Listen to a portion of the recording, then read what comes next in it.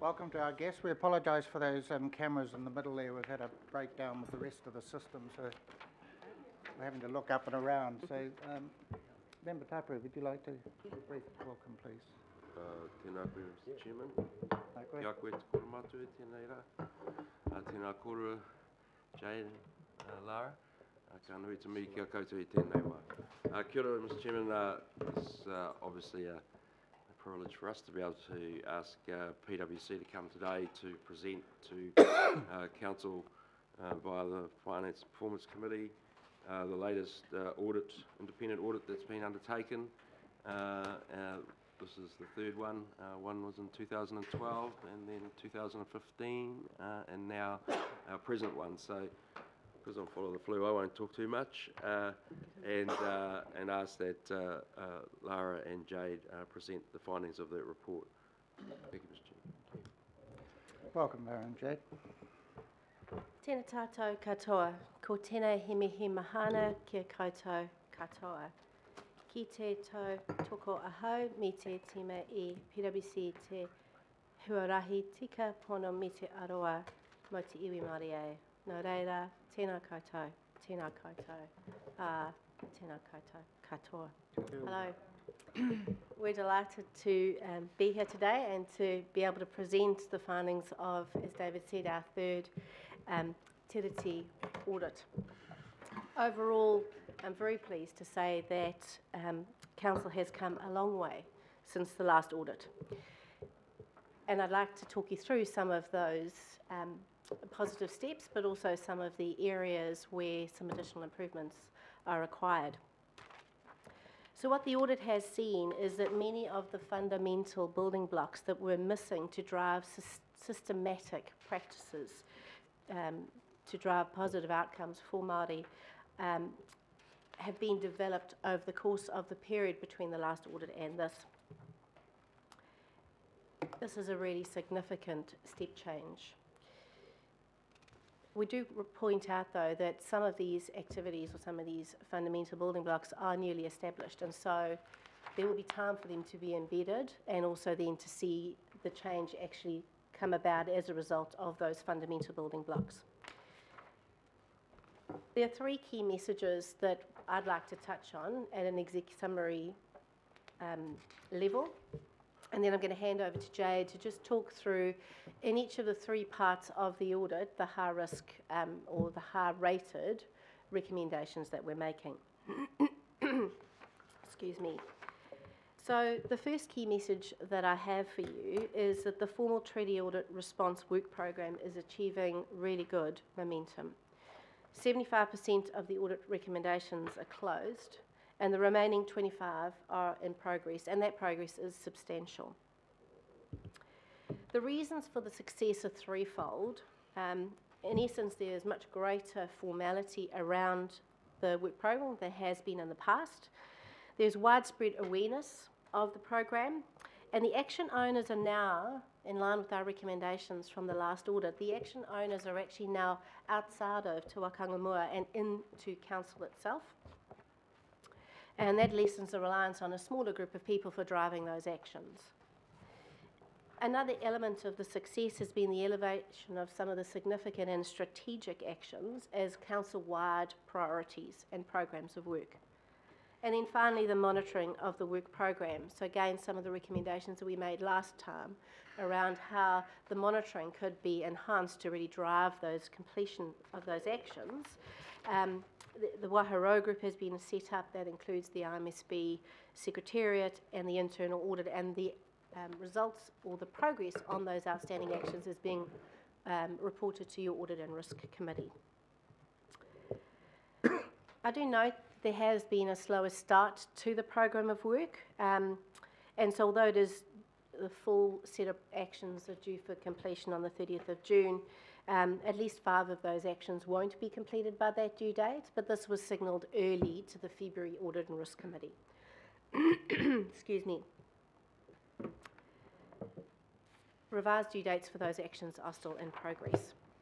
The second key message that I would share with you is that what we are seeing is a much more mature approach to enable the council to deliver on the principles of Te Tiriti and fulfil the statutory obligations to Māori. So you may recall from the very first audit report, if you were around this table at that time, we spoke of the concepts of an internal control framework and the different elements or fundamental building blocks that needed to be in place to be able to really bring to life the delivery of the outcomes that were required. Those were things like, clear, explicit expectations being documented in policy and then driven through a tone at the top. Processes that are well established and that give effect to those policies and that tone, and then controls in place to ensure the right behaviours and really give effect to those policies consistently, with also mechanisms that enable quick identification where those policies aren't being complied with. Of course, wrapping all of that up is training, support and funding. And, in essence, monitoring and reporting to ensure that all of those different elements or basic fundamental building blocks are actually operating effectively. Or, if not, there's an ability to course correct early. So, as I said in the very beginning, we really are seeing an improvement across all of these fundamental areas. We're not there yet in terms of being fully implemented, but certainly great progress has been made. Again, some of the key observations of what we would see is there's certainly a strong commitment to move beyond a compliance and a tick box exercise, with a focus on building really good relationships with Māori and looking for how do we get the best and the right outcomes for Māori. Clearer expectations and accountabilities, with an updated organisational charter and CEO performance objectives as part of that framework. There's a comprehensive toolkit and review processes that are available to make sure that the Māori responsiveness plans, which really are a key delivery mechanism, are effective and relevant to the particular area of the business that they're focused in. Many of those Māori responsiveness plans have focused initially on building staff capability, which has been a really important first step. And then also an action-oriented Māori employment and capability framework in the Council, wide measures and actions for how impact the Mahi strategy, which will enable further responsiveness to Māori. The third key message is really to flag the areas of significant work that are still underway to better align and better measure efforts, and that really touches on a number of areas that are still in development. Those relate to areas of the establishment of relationship agreements, full implementation of the Māori responsiveness plans, improving the alignment of the Māori responsiveness plans to strategic priorities for Māori, and developing the performance measurement framework. I'm going to hand over to Jade to talk through just the key high-rated findings in the three areas of the scope, but I did want to at this point just acknowledge that Council Management have had the opportunity to work with us to frame up their response to the report, and pleased to acknowledge that the recommendations that we have been making have been accepted by them, and there is a work program that's being established as a result. Jade, over to you. Thank you. So as I talk through a bit of a high-level overview of the scope and our key high-rated findings, I just want to draw your attention to page 68 of the agenda, which is a summary of findings diagram, which will be helpful as I speak through our key findings. So the audit identified that some improvements are required to the Council's processes and controls for meeting its legislative requirements to Māori. And the audit covered three different scope areas. Firstly, we looked at the Council's program for managing actions to address the recommendations from previous treaty audits. So these are actions to deliver on compliance obligations. And as Lara mentioned, the kinds of things like policies to be put in place, processes to be established, and monitoring processes as well. This is audit part one, and we had three findings in this area. Our high-rated finding number one, was that some of the actions in this program didn't fully address prior recommendations and were therefore not well aligned to the underpinning statutory requirements. In some cases, what we found was that some of these actions were missing processes and controls to ensure that what was being implemented would be implemented consistently and correctly, both now and in the future. An example of what I'm talking about here is, for example, the relationship agreements and capacity contracts. What we found is that while these are being developed and signed up to, they're missing the processes wrapped around these to ensure that the commitments agreed to in these agreements are monitored through the duration of these agreements. We also found that some of the actions in this Treaty Audit Response Program had been closed off by Council, but without full evidence of the closure required to close off this item, and therefore some aspects of the recommendations hadn't been properly addressed. Given that there are still some actions remaining in this Treaty Audit Response Program, we're recommending that Council should review the action closure criteria, so the criteria with which they deem an action to be closed, and amend these to ensure that they fully address the previous audit recommendations and also the underpinning statutory requirements. Also, evidence of closure of an action should always be sought by the Waharoa Group prior to closing off an action. Moving on to our second audit part, this is where we looked at the Council's Māori Responsiveness Plan program. We first looked at the program for developing MRPs and the toolkit and support and review processes available as these are developed. And then we also looked at a sample of Māori responsiveness plans and how they are monitored and reported on with regard to the initiatives within those plans. In the sample of the Māori responsiveness plans that we did look at, our key finding here, finding number 4, was that progress monitoring of the actions or initiatives agreed to in these strategic plans was not always monitored regularly, nor reported on to show progress against the agreed milestones and outcomes set out in these strategic documents. Given that these MRPs are 3-year strategic documents, we're recommending improved monitoring of the MRP initiatives to ensure that the milestones and outcomes that are agreed to in the strategic plan document are delivered on within the timeframe set. We're recommending this needs to be driven by MRP sponsors or senior leaders in the organisation with the oversight of the Māori responsiveness plans. In our third scope area of the audit, we looked at a sample of actions within that Treaty Audit Response Program. We looked at a sample of closed actions to see whether these we agreed with the closure, and open actions to understand if they were on track, if what was being planned aligned with previous audit recommendations. Our key finding here, and this is finding 6, which was also rated high, relates to relationship agreements and capacity contracts, which I touched on earlier. Both these treaty audit actions had been assessed as the council management team by closed. However, we found that not all aspects of the original recommendations were addressed. And this is what I mentioned earlier with regard to those processes wrapped around those contracts and agreements. So these were our key high-rated findings on the audit. As you can see on page 68, we did identify a number of other moderate and minor rated findings also. Thank you, Jade. That was the overview that we had planned to share with you. Happy to pause and take any questions or comments.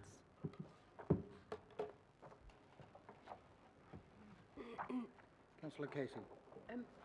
Across council and CCOs, how many Māori responsiveness plans are expected, and how many have been completed, and how many are in progress, and how many haven't started? I've tried to find that in here and I haven't been able to. Yep.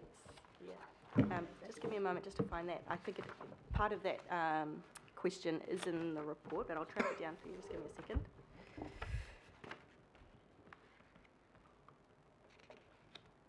As Jade does that, the number of Māori responsiveness plans from memory that were completed is ahead of schedule in terms of what was planned for. I think I'm looking for the, how many, what's Yes. the N number? Yep.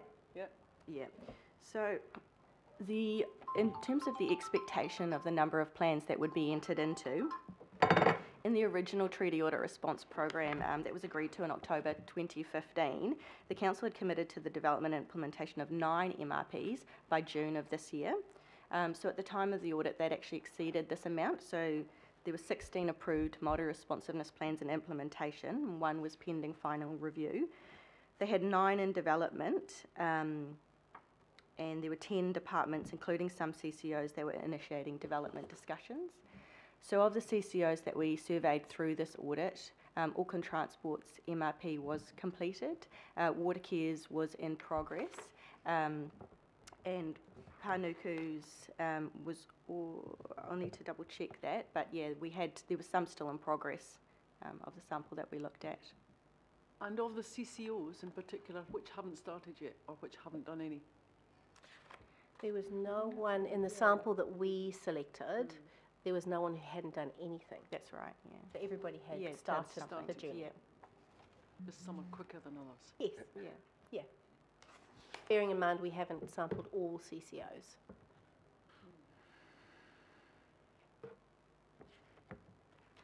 Councillor Cooper. Thank you. Just a question around local board relationship agreements. So I'm just wondering how you deal with saying something's closed or not. If a local board doesn't want to have a relationship agreement, do you deal with that as being left open, or it's closed because politically it won't move anymore?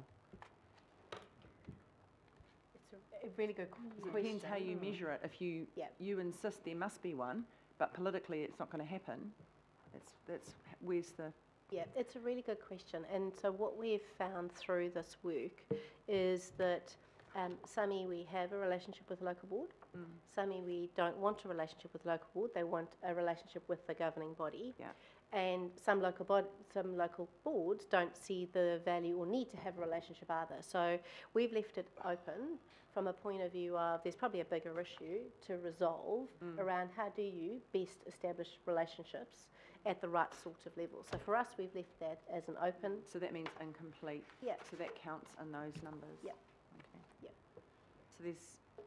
And I think that's And so in terms of, sorry, Yeah. just if you don't mind, so No, in no. terms of in the local board land, we don't have any, the governing body has no influence over that. Are you going to address that with local board services? well, I think what We have no control over the decisions there. yeah, so what we would do as auditor is we put that back through to management to say, well, the management team need to work through with iwi So it'll be back. what the right outcome is, and then once that's decided, from an audit perspective, we then come and audit against the outcome that you've decided. Okay, so it'll go back to management? Yeah. Thank you. Member Taupery. Kia ora, Mr Chairman. First thing I want to say is that let's just say this is the third audit, and the first two haven't been that great, but this one has been good. Yeah. This one has shown a lot of progress and should be acknowledged as such. And yes, some are slower than others, some are quicker than others, but to not acknowledge the progress that's been made would be wrong. So that's the first thing I want to say. The question of just that one that was just raised there by Councillor Cooper, the board has got a position that the completion of the relationship agreements is with the governing body. And there are other factors of the family group which include CCOs and the like and local boards. But our measuring tool in terms of what we see is a completed relationship agreement is with the governing body. And if the governing body want to work with the local boards and others, or iwi themselves want to work, or Mata Waka want to work with local bodies, local boards, so be it. But so we do have a bit of a definite position in terms of where we're getting to here, otherwise that piece of string just gets way too long. So I just wanted to put that out there, that would be the measuring tool. Again, the relationship agreements are fundamental, because if you don't know who you're supposed to be talking to, then how are you ever going to get to an end result? So we would agree that that is quite a crucial part of the mix. And again, just to follow on what I just said a minute ago, to avoid the confusion on who it should be with the governing body first and foremost. So that's the task really at hand here with the governing body, I guess, to take charge of that responsibility with all the tools and resources they have at their disposal to make that happen. Again, you need a willing partner, of course, and that is Māori. But I haven't heard anyone that's unwilling to have a relationship with the governing body. So I just wanted to pass on the fact that progress has been made. I think one of the other significant things to mention is the participation and the involvement by internal audit and risk. I think that has been a key factor in terms of the progress being made and the twice yearly reporting to the Audit and Risk Committee, and we're strong advocates that remains in position to make sure that there's monitoring and accountability along the way. Mr. Chairman, just certainly want to support what's been said today by PwC. I would note in the recommendations, though, that it talks in B about officers reporting back, this council officers reporting back to the joint governing body and independent Māori Statutory Board meeting. I think this should also come back to finance and performance. And why I say that is because this is where it's been delivered in the first instance. The second thing is it's limited attendance at the joint governing body and independent Māori Statutory Board, and it seems to always have full membership at this committee.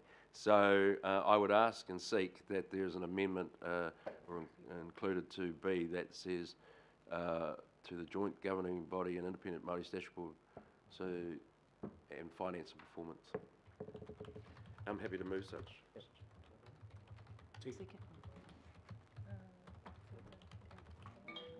Councillor Wayne Walker, so we'll make that amendment. Thank you. Sure.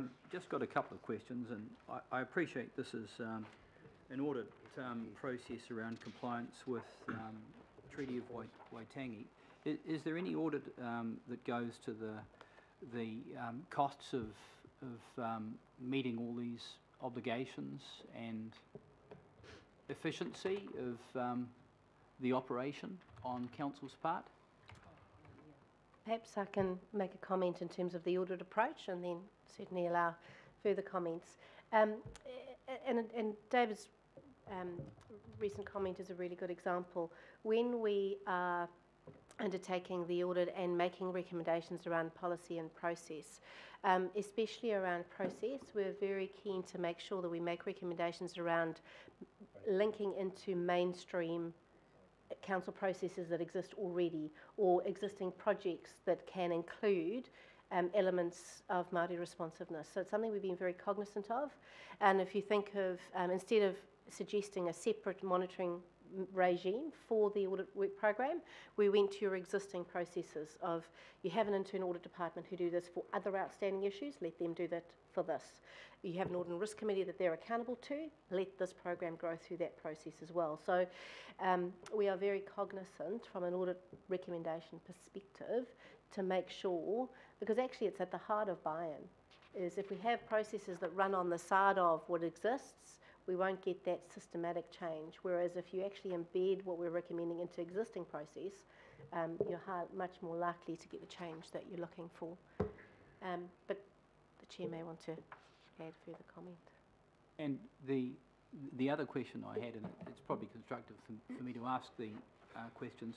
Councillor Walker, should we just get Member Tapu to make Well, I comments? just sort of, That's fine. through you, Mr. Chairman, I could probably respond by simply saying we spend so much time on the LTP to make sure it's right, to ensure we invest in Māori responsiveness plans and Māori responsiveness, and Council approves such a plan, which is then translated to an annual plan, is the funds that are spent towards achieving these outcomes, Wayne.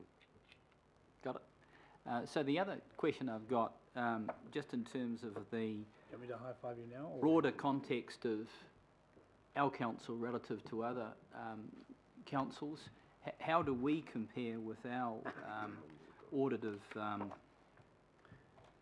Treaty of Waitangi compared to other councils and conceivably government agencies? I imagine they may have some requirements. Yeah, it's a good question.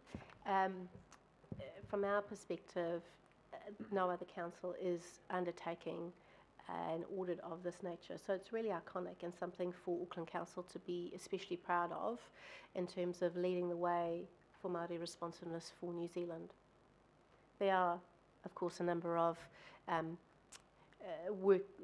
projects that goes on in other councils, but to our knowledge there's nothing of this nature and stature that could be compared with. And I thought that might be the response. Given that circumstance, is there any possibility of our attracting some funding from government or any other sources, local government, New Zealand or the like, given that we're effectively implementing something, putting together a template that I have no doubt will be picked up by government departments and certainly other councils? and quite obviously the cost of developing this is relatively high. That's always the case for any organisation that's doing something first off. May I help, Mr. Chairman? Yeah, no, but I will say, Councillor Walker, you also understand, I mean, we usually get responsibility delegated to local government to do something, but very rarely do we get the funds that follow, so Member Taipei. May I help? Yes, please. Well, it's a legislative requirement, Councillor Walker, under the Auckland Council Act. So that's the first thing you need to be mindful of. And because it's such a new act, all the draconian acts that are in place for local government haven't included it yet, but should. And the good thing is that we share the audit report, the framework and templates in the context of how it's measured with other local government authorities. If you're talking about charging them for it, well, that's something that you'll have to think about.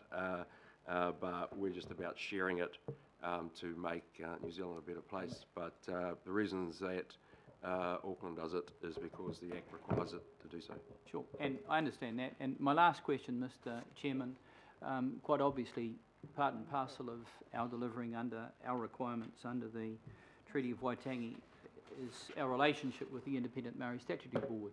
So is there any oversight in the auditing process around our relationship with the IMSB and its role and its performance and efficiency in assisting us in meeting these objectives? No, the audit approach is around the processes, policies that Auckland Council has in place to give effect to the statutory obligations. The IMSB's role in that is around advice and certainly around this table in terms of challenge and advice. The area where the IMSB is involved in those processes is in the Waharoa group, again as deciding on whether elements are completed. And that's a very, very small part. The audit is really focused on Auckland Council's processes and policies to give effect to the statutory obligations that it has. Member Taipei. Thank you, And then Chairman. Councillor Cooper. If I may just add, there is also legislative provision for that. It's called 4 joint meetings with the governing body and the Independent Māori Statutory Board per annum. So we use that facility and that opportunity to measure each other and how we're doing our duties and responsibilities under the requirements of the Act. So I would encourage Council and the board members to use that more readily and fully as an opportunity for us to measure both entities' performance in terms of how we're delivering together. Thank you. Councillor Cooper. Thank you. Just another question. In the Treaty Audit Response Work Programme, and that's page 38 of your report, there's 3 groups doing mana whenua participation and resource consents, but there's no duplicate of anything else. Does that mean there are actually 3 work streams on the same item? It's page 38, 39 of our report, and it's the Appendix E, Work Programme Action Group Status. Could you just point us to It'll be the number 4, number 4, yeah? number 14, number 20. They're Oh, all the yes. same, and Yeah. you've got 2 of the same of Yeah. of 21 and 22. But I'm just wondering why that's repeated. The titles are the same, so they're grouped together, but the substance or detail within them in terms of the work required differs. So one's, if I can draw your attention to, Trying to we've got find it in more detail in the report. So it's just different work streams for the same outcome, No, for different outcomes. different outcomes. Under the same heading. So Okay. often we'll make a recommendation that'll be, it can be grouped into one Blanket heading, recommendation. but underneath it there may be 1 or 2 or 3 actions. Okay. And if I may, that's probably also what it makes it, it can be easy for people to deal with the first 2 and leave the third, for example, which Right. is also why we say, look, you've done 2/3 of it, but there's a little bit more you need to do to close it off finally. Thank you. So on page 22 of our report, you'll see findings 4, 14 and 20, mana whenua participation and resource consent, and the differences between those. Thanks. Councillor Walker. Yes? you're- So, one quick question. Was there any engagement with councillors as part of this process? Because obviously, individually and as a body, we carry out the obligations. No, not to my knowledge. Okay. Is that something you think might be useful in the future? It certainly could be, but we do work with both the IMSB and management to work through who the best people are and who we need to be engaging through the audit. That happens through the audit scoping phase. So if that is the case, it's usually highlighted at that point, but certainly something to consider.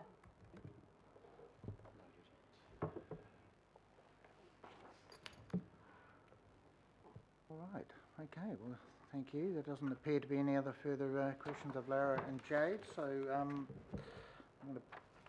Member Tapu, did you want to move or...? I did move, yes. Yes, okay. Second. Councillor...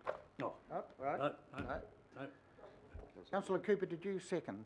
No, Way I back? think Member Hinata did, Okay, but I mean, Hinata, I'm yep. happy. No, sweet, whoever. Yeah, Cool. I will. I can get my name in the minutes in other ways. Member, sorry, Councillor Philippine wants, he wants to second, right. No, I don't want a second. I've got questions. Better, you want to leave? Not to our two ladies. Okay. I got questions after.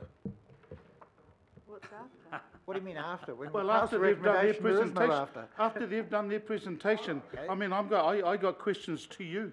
Hey, Yep. Okay. To you. That sounds And that's Could have why passed it earlier, shouldn't Oh, no, I didn't want to sort of confuse the fact that our two ladies are here. We have a to mover the and we report. have a seconder in Councillor Cooper. So, Member Philippine.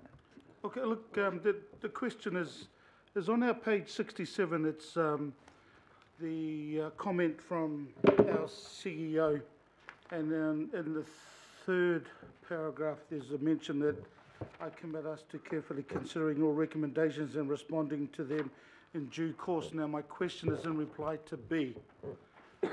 When are we getting a time frame from our CEO or yourself, Chair, in regards to the to responding to them? There was right through was around the monitoring, so that's where the question is. When are we getting that back? Around the time frame, there's been no mention around the time frames. Yep. There has, when you read the report around the monitoring, it's been said by our by Lara around the monitoring several times. So, but I'm looking at a time frame as to when that comes back to. That's one question. The second question is in regards to B and clarification around B.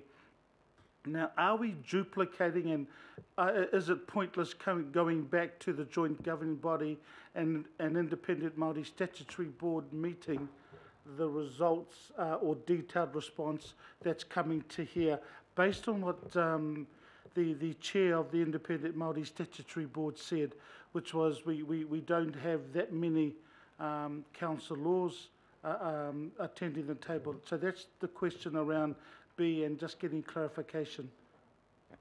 Mr Chairman, I'm happy to speak to the amendment, which is B Yep, about. let's deal with that, Yep. and then maybe Stephen... So might wanna simply why I've hop asked, on the time frame, or make... It's more on through the... you, Mr Chairman, simply why I've asked for that is because there's only 2 members per committee and there's 9 board members per the joint, but then I want to ensure that we encapsulate full membership, and those 2 vehicles would provide that. Cool. Okay. Yep. And Sarah, Back at the joint. We'll report back at the joint. if you can, please. So council officers will report back on the timeframes at the joint meeting. Okay, because we're, with the recommendations from the report, it's around monitoring and everything else, but for me, it's around the time frame that our CEO, that Stephen has, so look, that's fine. And when, I just reserve the right to speak to the recommendation as well. You're on. Oh, yeah?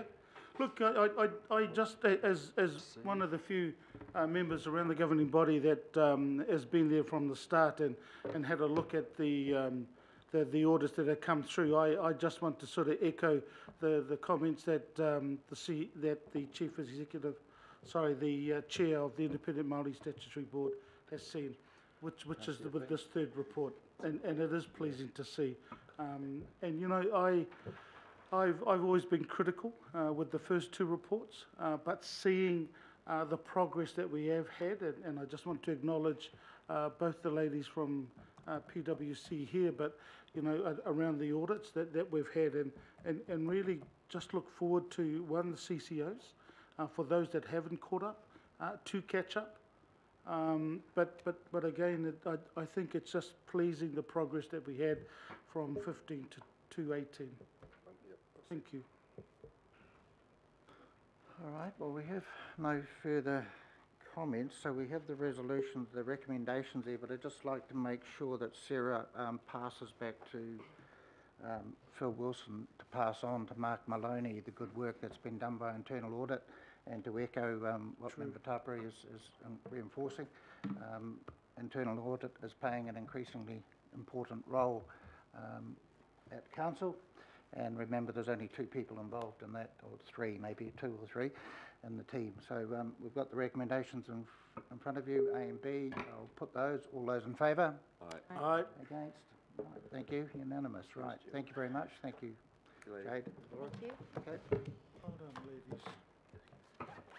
All right. Well, consideration of extraordinary items. There are none, and it's virtually a record meeting. So I'll declare the meeting closed.